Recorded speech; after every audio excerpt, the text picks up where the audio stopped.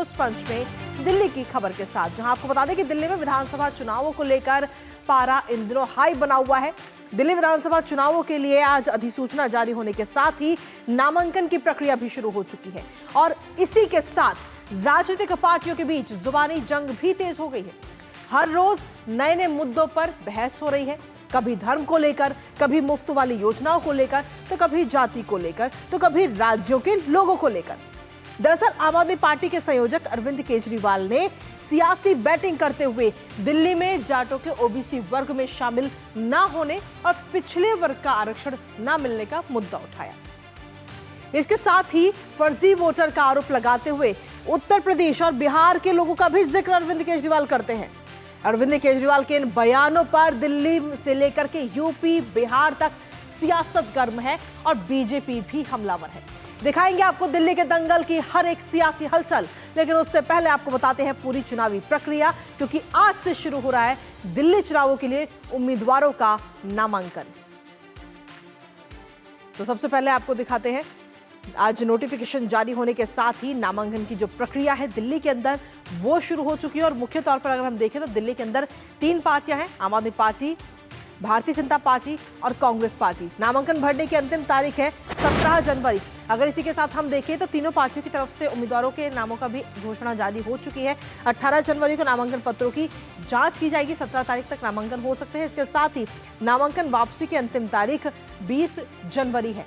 तो दिल्ली के अंदर लगातार सियासत गर्म है और चुनाव प्रचार का आज से भी आगाज भी हो चुका है। और ऐसे में अगर हम बात करें तो आम आदमी पार्टी की तरफ से 70 की 70 विधानसभा सीटों पर उम्मीदवारों के नामों का ऐलान किया जा चुका है और वहीं भारतीय जनता पार्टी 29 सीटों पर उम्मीदवारों का ऐलान कर चुकी है और वहीं कांग्रेस की अगर हम बात करें तो 48 सीटों पर उम्मीदवारों की घोषणा कर चुकी है। 5 तारीख को मतदान होना है दिल्ली के अंदर और जिसके बाद में 8 फरवरी को आएंगे नतीजे, जिन पर सभी की निगाह बनी हुई है। और क्योंकि आपको बता दें कि पिछली सरकार जो अभी सरकार चल रही है वो 23 फरवरी तक का सरकार का कार्यकाल है और 23 फरवरी से पहले ही कहीं ना कहीं सत्ता में जो भी पार्टी जीतती है उसको शपथ लेनी होगी। इसके साथ ही आखिर यूपी बिहार का जिक्र किस तरीके से किया गया, जाटों पर क्या कुछ कहा गया, वो आपको सुनाते हैं। क्योंकि अरविंद केजरीवाल ने नई दिल्ली सीट पर बड़ा गड़बड़ झाला है, ये बात कही गई है अरविंद केजरीवाल की तरफ से, जहां उन्होंने कहा कि बीजेपी वाले फर्जी वोटर बनवा रहे हैं दिल्ली विधानसभा चुनावों में मतदान से पहले। यूपी बिहार से लोगों को लाया जा रहा है, एक बड़ा आरोप यूपी और बिहार के लोगों पर लगाया गया।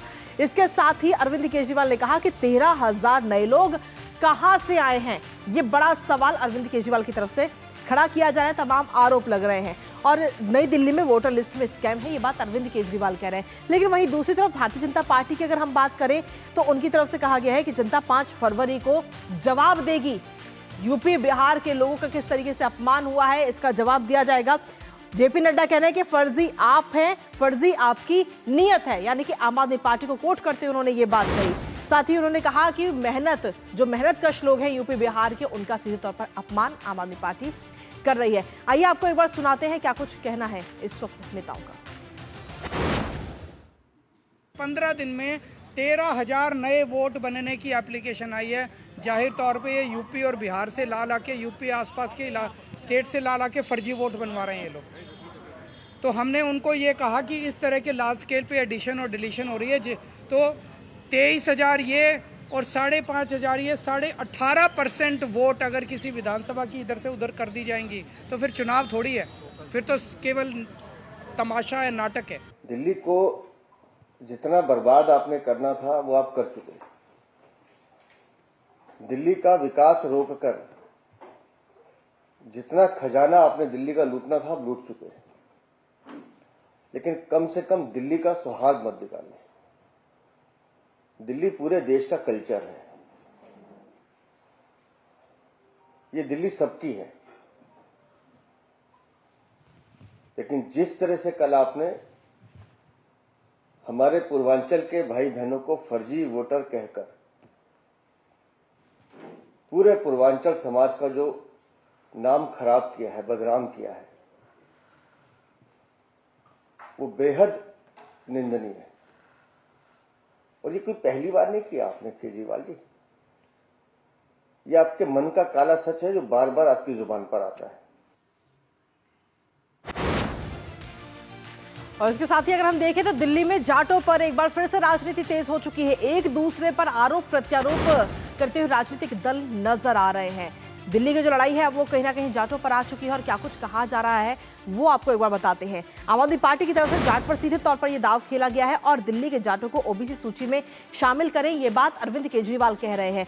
इसके साथ ही जाटों की लड़ाई पर उनका यह भी कहना है, उन्होंने सीधे तौर पर प्रधानमंत्री नरेंद्र मोदी को एक चिट्ठी भी लिखी है, लेकिन अब कहीं ना कहीं ये लड़ाई जो है उनके ऊपर ही अब पलटवार भी हो चुका है, उन्हीं के ऊपर हावी होती हुई नजर आ रही है, क्योंकि बीजेपी की तरफ से पलटवार किया गया है। बीजेपी ने दिया है जाटों को सम्मान, ये बात प्रवेश वर्मा की तरफ से कही गई है। इसके साथ ही उन्होंने कहा है कि केजरीवाल पर जाटों के खिलाफ काम करने का आरोप है, तो भारतीय जनता पार्टी भी इसको लेकर पलटवार करती हुई नजर आ रही है। इसके साथ ही अगर हम देखें तो इस वक्त भारतीय जनता पार्टी की तरफ से 29 सीटों पर उम्मीदवारों का ऐलान किया जा चुका है और अब तैयारी हो रही है दूसरी सूची की। उम्मीदवारों के नामों पर मंथन होगा। आज सीईसी की बैठक होनी है भारतीय जनता पार्टी की और ऐसे में 41 सीटों पर प्रत्याशियों के नाम फाइनल इस बैठक में किए जाएंगे, यानी कि बहुत जल्द दूसरी सूची जो है भारतीय जनता पार्टी की दिल्ली के उम्मीदवारों के लिए जल्द आने वाली है। अब तक 29 उम्मीदवारों के नामों पर मोहर लग चुकी है और अब इंतजार किया जा रहा है दूसरी सूची का, क्योंकि अगर कुल मिलाकर हम देखें तो आज से नामांकन भी शुरू हो रहे हैं।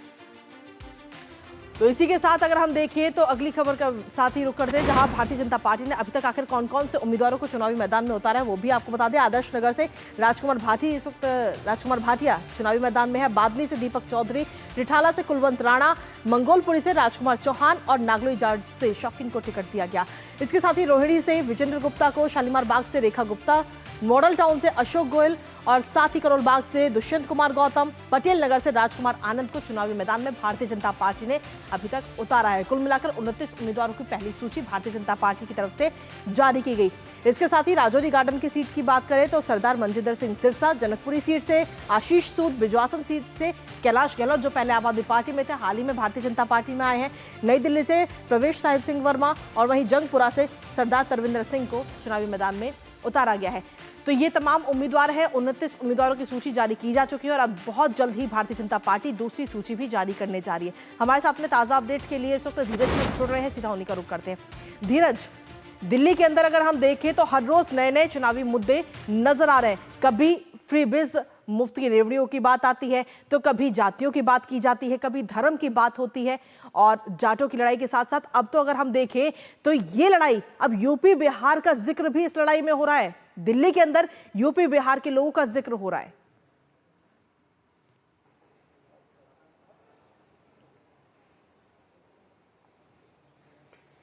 देखिए, आज की ये जो लड़ाई है जिससे कि भारतीय जनता पार्टी ने आज सुबह ही प्रेस वार्ता करके एक तरीके से ये संदेश दे दिया है आम आदमी पार्टी को कि पूर्वांचल की जो लड़ाई है ये बहुत आगे तक जाने वाली है, क्योंकि जिस तरीके से आम आदमी पार्टी के जो नेता ने जो पूर्वांचल के वोटर का अपमान किया और उन्होंने साफ तौर पर ये कहा है कि एक विधानसभा में 12,000 से लेकर 13,000 वोट जो ये बढ़ रहे हैं, ये वोट बिहार यूपी के वोट हैं, जिनका कि वोट यहाँ फर्जी तरीके से बनाया जा रहा है। तो एक तरीके से बिहार और यूपी के लोगों को फर्जी वोटर बताकर आम आदमी पार्टी के जो संयोजक हैं अरविंद केजरीवाल वही घेरते दिख रहे हैं। और आज जिस तरीके से भारतीय जनता पार्टी ने प्रेस वार्ता में कहा, आप मुझे गाली दीजिए, बीजेपी अध्यक्ष को गाली दीजिए, लेकिन आप पूर्वांचल के लोगों को गाली मत दीजिए। इशारा साफ है कि अब जो पूर्वांचल के खिलाफ एक तरीके से जो आम आदमी पार्टी का जो बयान है, उस बयान को बीजेपी ने एक तरीके से आज आधार बनाकर और जैसा कि अब से थोड़ी देर के बाद जो पूर्वांचल के नेता जो यहाँ के सांसद हैं दिल्ली से मनोज तिवारी, वो पूर्वांचल मोर्चा के साथ एक तरीके से एक बड़ा प्रदर्शन आम आदमी पार्टी के जो नेता हैं अरविंद केजरीवाल के आवास के बाहर करने वाले हैं। और ये आंदोलन ऐसा लगता है कि ये बृहद पैमाने पर फैलेगा और जिस तरीके से इसकी रूपरेखा तैयार कर ली है। और जो एक महत्वपूर्ण बात इसमें मैं ऐड करना चाहता हूं कि आम आदमी पार्टी के जो नेता हैं वो केवल दिल्ली सीट की बात कर रहे हैं कि दिल्ली विधानसभा के सीटों पर 13,000 वोट कैसे बढ़ गए। अभी भारतीय जनता पार्टी ने 8 से 10 सीटों का डेटा दिया है और उन्होंने साफ तौर पे पूछा है कि मुझे ये बताएं कि 48,000 वोट बुरारी में कैसे बढ़ गए, किरारी में कैसे वोटों की संख्या बढ़ गई है। किसी विधानसभा क्षेत्र में 30,000, किसी में 35,000 जो डेटा मैं आपको दूंगा, तो ये कैसे बढ़ गए। तो एक तरीके से आम आदमी पार्टी के नेता को घेरने की कवायद शुरू हो गई है। जी चलिए, फिलहाल बहुत बहुत शुक्रिया धीरज, तमाम अपडेट्स और जानकारी साझा करने के लिए, और अपनी नजर आप लगातार बनाए रखिएगा। तो लगातार नजर दिल्ली के दंगल पर बनी हुई है, एक एक सियासी हलचल आप तक पहुंचा रहे हैं, लेकिन इसी बीच वक्त एक छोटे से ब्रेक का होगा, कहीं मत जाएगा, क्योंकि ब्रेक के उस पर आपको बताएंगे ग्रैब 3 को लेकर क्या कुछ दिल्ली में लगाई गई हैं दोबारा से पाबंदियां। रुकते हैं छोटे से ब्रेक।